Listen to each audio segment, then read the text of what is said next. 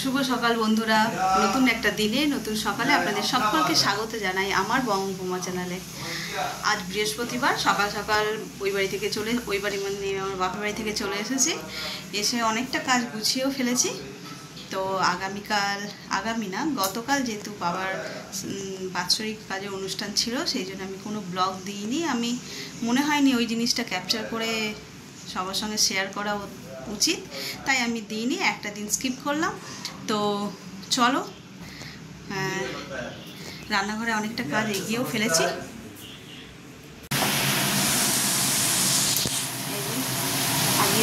আজ তো বৃহস্পতিবার, চিচিঙ্গে আলু পোস্ত, এখানে ভাত বসিয়ে দিয়েছি। আর এই যে প্রেশার কুকারে বিউলির ডালটা সিদ্ধ হয়ে গেছে, ফোড়ন দেবো, হিং ফোড়ন দেবো, দিয়ে ডালটা রেডি করবো।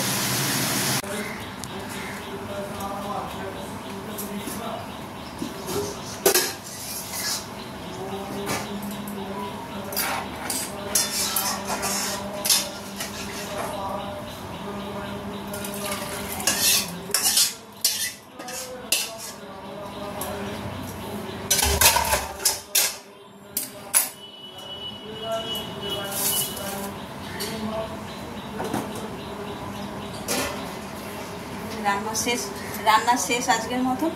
চলো দেখাই কি রান্না করলাম।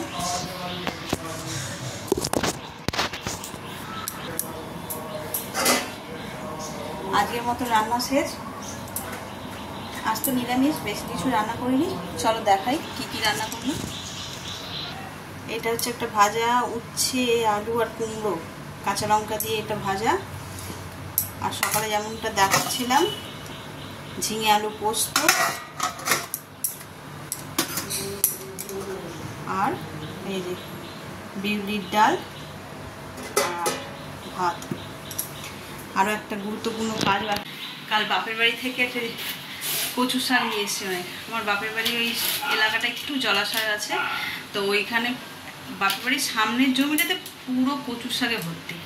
আমার বাবা যখন বেঁচে ছিলেন তখন ওখান থেকে কচু শাক নিজে কেটে বেছে একদম রেডি করে নিয়ে আসতো আমার জন্য।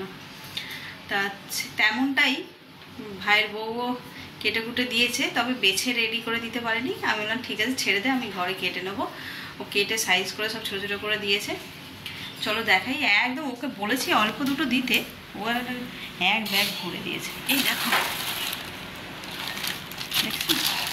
এখানেও বাজারে পাওয়া যায়, সব কিছুই বাজারে পাওয়া যায়, কিন্তু ঘরের জিনিস, গাছের জিনিস খাওয়ার স্বাদই আলাদা, দেখছো। আর এই দেখো, এক প্লাস্টিক আম দিয়ে, কাঁচা আম। এই আমগুলোর বাপের বাড়ির গাছের। কচু শাকগুলোর উপর খাটুনি আছে, ওগুলোকে আগে ছাদে নিয়ে গিয়ে একটুখানি রোদে দিতে হবে। জলা জমির থেকে তোলা তো, নইলে একটু যদি কুটকুট করে ওটা একটুখানি রোদে ফেলে তারপরের দিন আমরা রান্না করে খাই, সঙ্গে সঙ্গে তুলে খাই না। তো চলো এবার ছাদে নিয়ে যাই। ছাদে গিয়ে, ছাদে যা রোদ্দুর উঠেছে, ওখানে গিয়ে একটুখানি শাকগুলো এই যে জল দিই গাছে, যে বড় গামলাটা, এই যে এটা ভাবছি এইটার মধ্যেই ঢেলে দেবো, তাহলে ভালো রোদ্দুরটা পাবে। আর এর এক্সেস যে জলগুলো সেগুলোও শুকিয়ে যাবে।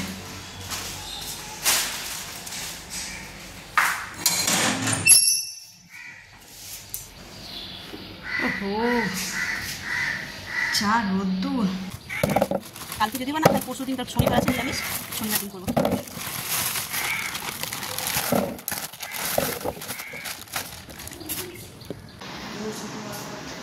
আজ বৃহস্পতিবার, ঠাকুরঘর ফুলে ফুলে একদম ভরে উঠেছে। আজকে শুধু বৃহস্পতিবারও নয়, আজকে আবার একাদশীও আছে, তাই ঠাকুরকে একটু ফলহার দেওয়া হয়েছে। এই যে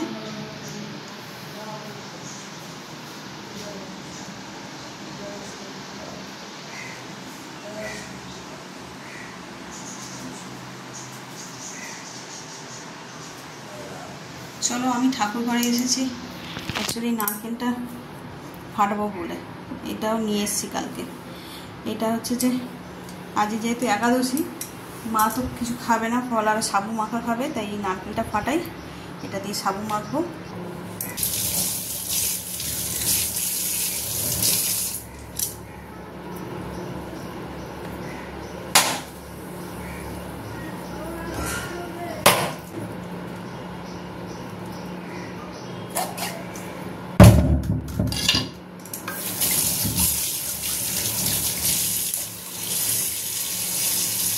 নারকেলটা ছোট্ট কিন্তু বেশ মোটা এই ছোলাটা। চলো তাহলে নারকেলটা কুড়ে নিই। আমি বটি দিয়ে নারকেল কুড়তে পারি না, তাই এইটা দিয়ে কুড়বো। এটা দিয়ে খুব তাড়াতাড়ি করা হয়ে যায়। চলো দেখো কত চটজলদি এটা দিয়ে নারকেল করা হয়ে যায়। প্রথমে পিছনটা ভ্যাকুয়াম আছে, এতে একটু জল গুলিয়ে নেবো, আর যেই জায়গাটাতে করবো সেইখানটাতে একটু জল দিয়ে দেবো, দিয়ে এটাকে আটকে নেবো। দিয়ে এখানে একটু নব আছে সিকিউর করার জন্য, যেটা একদম আটকে গেছে।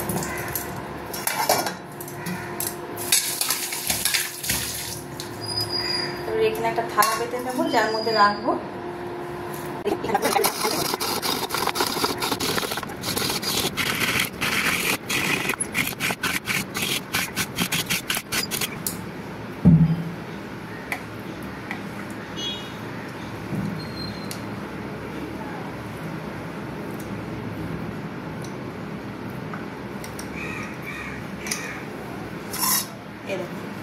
কত অল্প সময়ের মধ্যে আমার হাফ মালা নারকেল করা হয়ে গেল।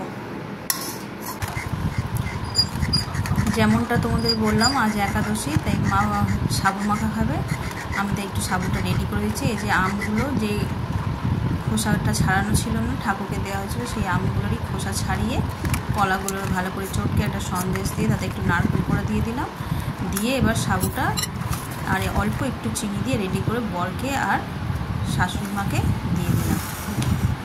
এই যে এটা হচ্ছে আমার শাশুড়ি মায়ের জন্য, আর আমি নিজের জন্য তৈরি করে নিলাম একটু ঠান্ডা ঠান্ডা লস্যি। এই গরমে কার কার লস্যি খেতে ভালো লাগে একটু কমেন্টে জানিও। যে গরম পড়েছে, ব্রেকফাস্ট করতে পারলাম না। দুখানা ব্রেড নিলাম, খেতে পাচ্ছি না, তাই এই যে 1 কাপ লস্যি নিয়ে নিলাম। দই ছিল ঘরেই বানিয়ে নিলাম। চলো এটাই খাই, এটাই আজকে আমার ব্রেকফাস্ট।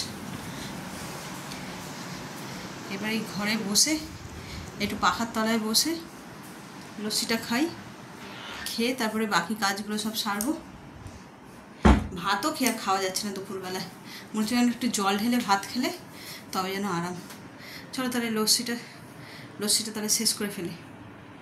Good evening. সন্ধ্যেবেলা সেই দুপুরের পর থেকে আর কোনো ব্লগ করা হয়নি। এই সন্ধ্যেবেলা এসেছি রান্নাঘরে, চা হয়ে গেছে, একটুখানি চাল ভাজা মাখবো।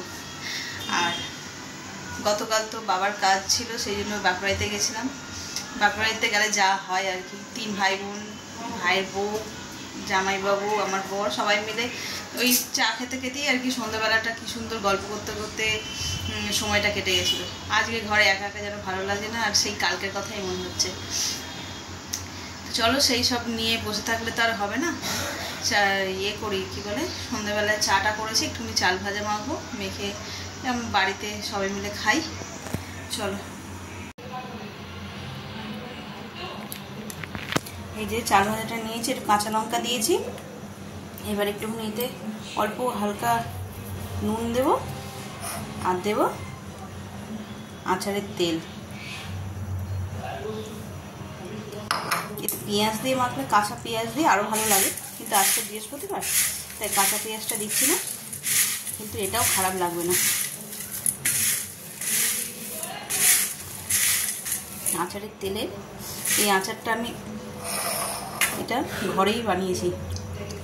একদম সিজনের শুরুতে যখন আম পাওয়া যাচ্ছিলো, ছোটো ছোটো আম, ওগুলোকেই কেটে মশলা দিয়ে তেলে মাখিয়ে নিয়েছি।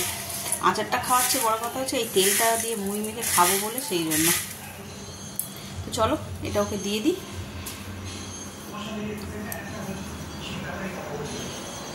এই যে এখানে রাতের তরকারিটা বসিয়ে দিয়েছি, দিয়ে কালকের জন্য একটু সবজি কেটে রাখি, তাহলে রান্নাটা করতে একটু সুবিধাও হয়। কাটোয়া ডাঁটা, এগুলো তো আমরা কাটোয়া ডাঁটাই বলি, অনেকে মুখে ডাঁটাও বলে। এগুলো অনেক রকমেরই হয়, এটা সাদাটা এনেছে, আবার লাল লালও হয়।